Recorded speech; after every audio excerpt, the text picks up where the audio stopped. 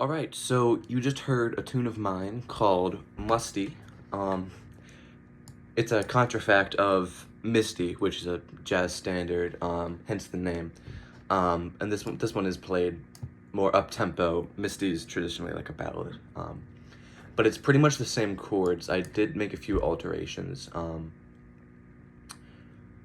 So I just want to talk about the melody of it, where that came from, how I wrote it. And so you just heard me sort of playing it there, and that was like, my 10th take or something. I don't know. I mean, whenever you put a camera in front of yourself, you're not going to play as good as when there's not a camera. So that's my excuse. But that out of the way, I just want to talk about this tune. So it started basically with this opening sort of lick. I'm going to move this microphone out of the way because I don't actually need it. This opening lick, which is not exactly as I first sort of played it. So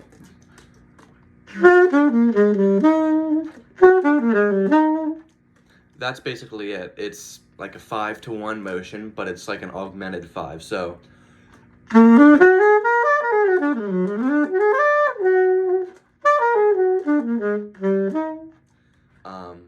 it basically acts as a 5 chord, but I just sharp the 5th because of that movement from the sharp 5 of the 5 to the 3 of the 1. And that just basically arpeggiates down 5, 3, 1, 7, and then lands on the 3, and then jumps back up to the 1.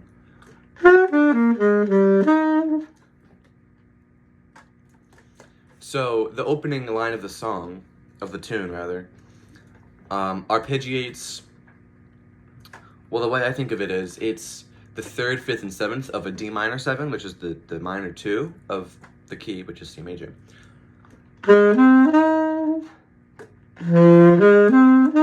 So I just don't play the D, but it's basically a D chord. And then I do that lick that we just talked about, except I jump up an octave for the 3rd and 4th notes of it.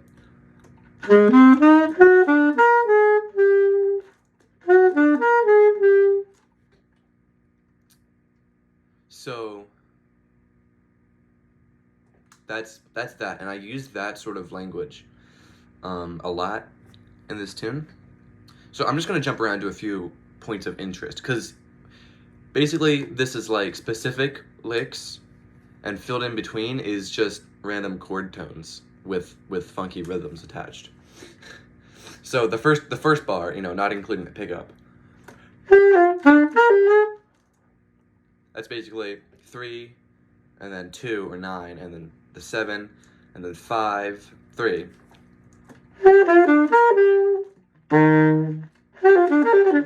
Basically, those are all notes that are just in the C major.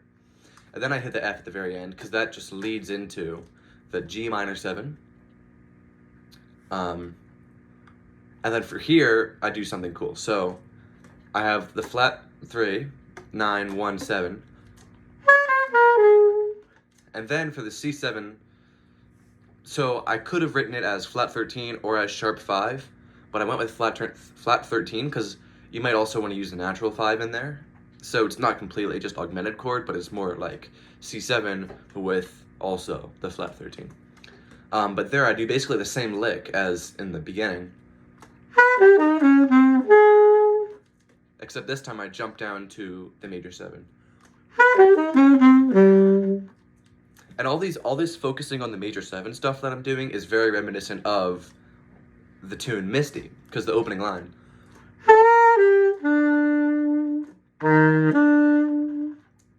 it really focuses on that, and then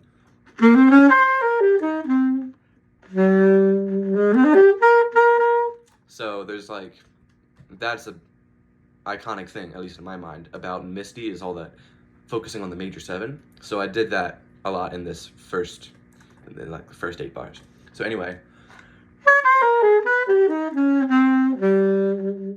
and then I basically walk up the chord. So I land on that flat 7, because obviously that's part of the F minor 7 chord. So the dissonance between,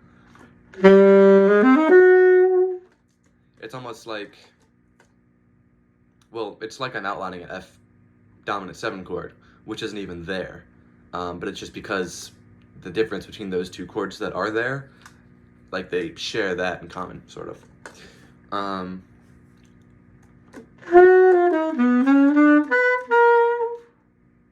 So another lick that I'm using a lot in this tune, not really a lick, but just like short thing that I stole from somewhere, is,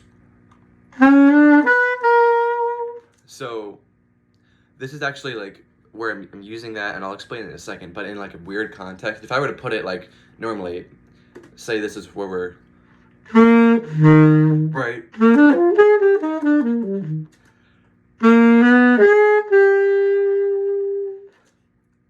So I'm basically going from the 1 to the flat 9, and then jumping up to the 7 and landing on the 3 of the next chord.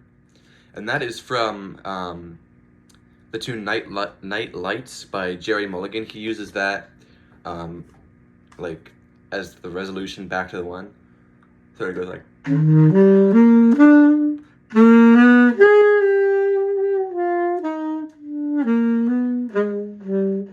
something like that. But basically that 1 to the flat 9 up to the 7 is like a really cool, like, it's a huge jump, but it also, like, there's a cat there now, sorry, I think really outlines the chord, because it's like you have the 3 and the 7, except instead of the 3 of the flat 9, which is a similar sort of feeling, but it's also just like the 1 and the 7, or whatever, but, so I'm using that here. I'm going 7, 1, flat 9, 7, except it's a backdoor 2-5 sort of thing, so I'm actually resolving to the 5 of the next chord. You'd expect it to be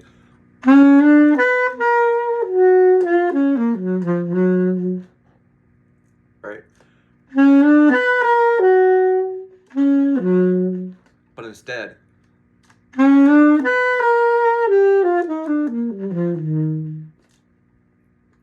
so that's cool.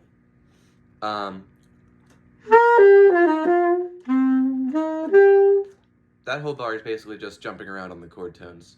9, 6, you know, sort of just like the whole major scale.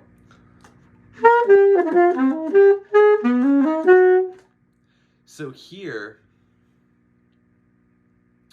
this part is really interesting because,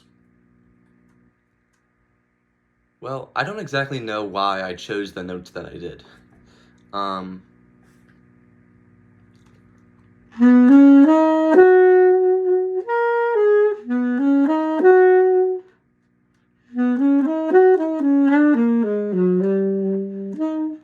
It's sort of like an A flat 7 to G7 sort of thing, which is sort of, I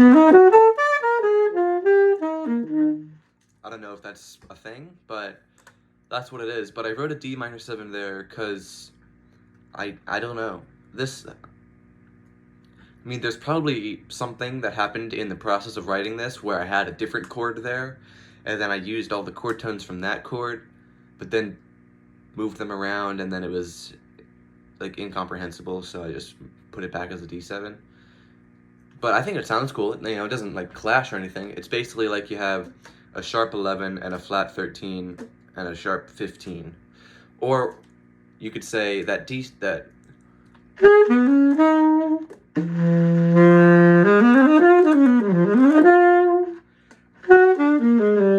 because that part, that's just the lick from the beginning again. So it's really only those 4 notes.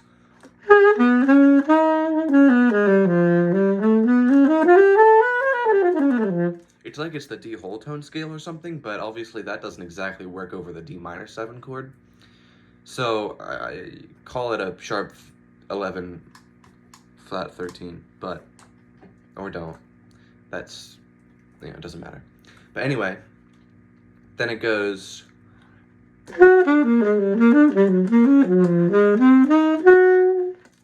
that's really simple, that's just outlining the chords, and then there's the Night Lights lick again. So that's basically the A section. The second ending, so one problem that I noticed after I finished writing this song is that there's really nowhere to breathe, like the entire time, which is a problem. But I decided to ignore it anyway, and then run out of breath, and it didn't sound good. So what I should have done is probably had the second ending, like, more sort of chill, you know, like, take a break for a second. But instead, I just jump around on random chord tones again.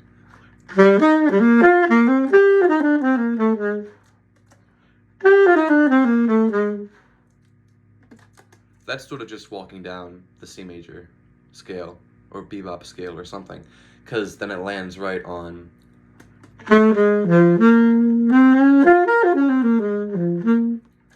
playing on the flat 7 of that G minor 7 chord, which is a bit weird, because it almost sounds like you're just playing a D minor chord.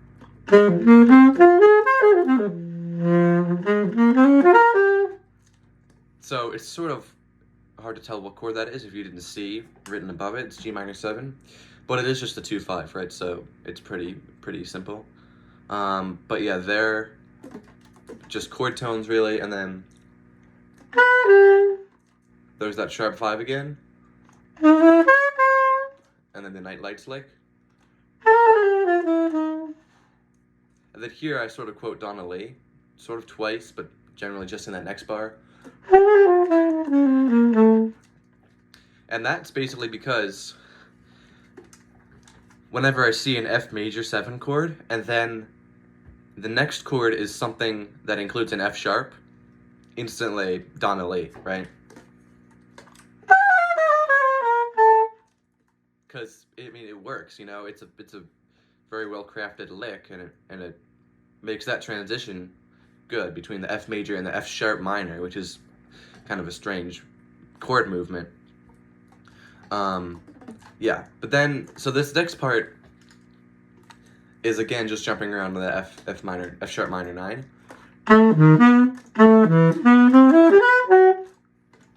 And the problem with this bar is the C sharp to G sharp movement, because that requires your left hand pinky to move in that time, which it really can't do without, you know, a lot of practice. Who has time for that? So basically one of those notes ends up getting not played. Usually it's the G sharp, because it just doesn't come out. Unless I like really slow down and focus on it. So that's that bar, which is a bit disappointing, but the next part I think is really cool. So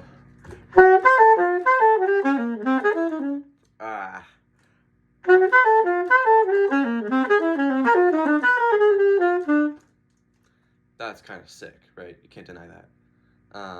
So basically, what I thought was really cool was the B7 and then the D7 right after, because those are actually pretty similar chords, right? The only difference is the B in the B chord goes to a C in the D chord, and the D sharp in the B chord goes to a D natural in the D chord. So what I have there is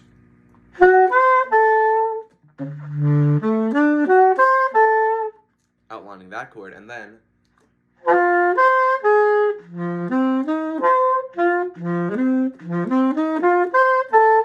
oh, it's F sharp.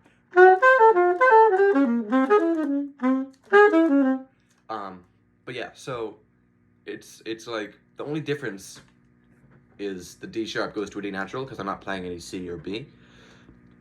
But it's like you can tell that it changes chords even though only one note changes, and that's cool. So then that E flat at the end of that bar is really just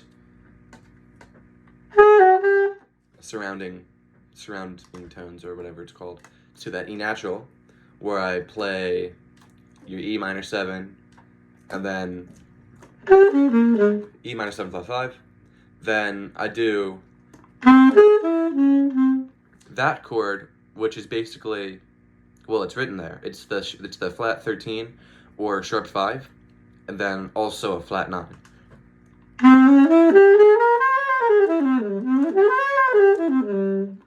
That could basically be like a scale.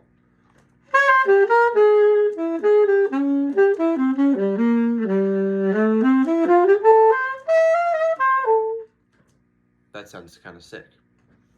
But anyway, and then I did the same thing, but like up a half step. And that's outlining that D minor 7. Although, really, it's just outlining the G7. But it also works over D.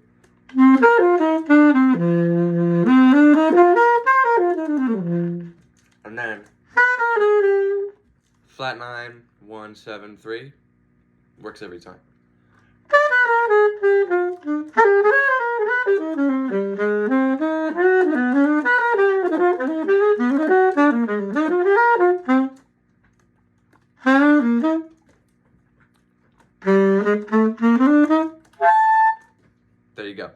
So that's the tune.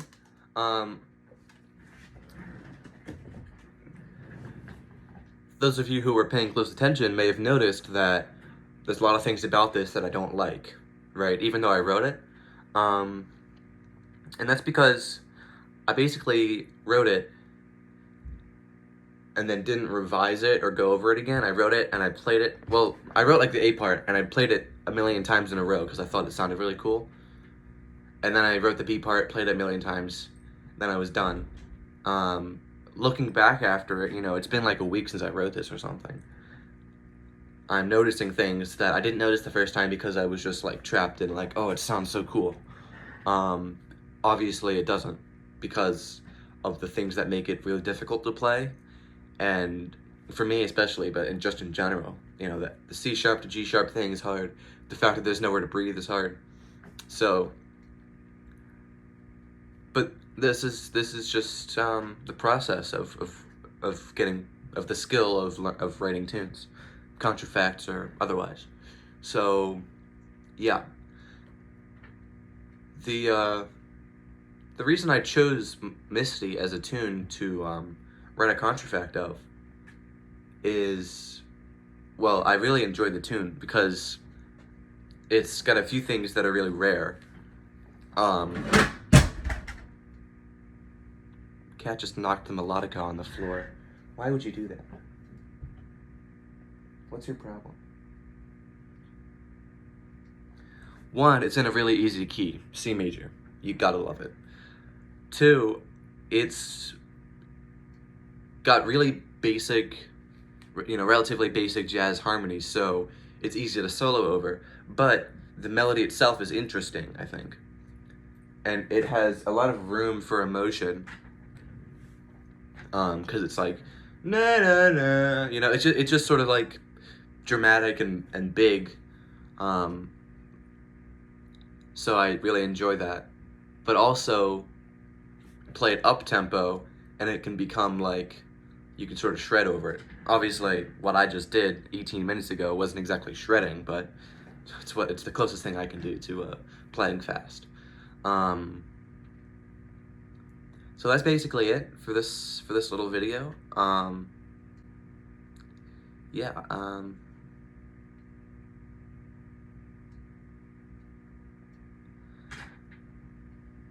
Cool.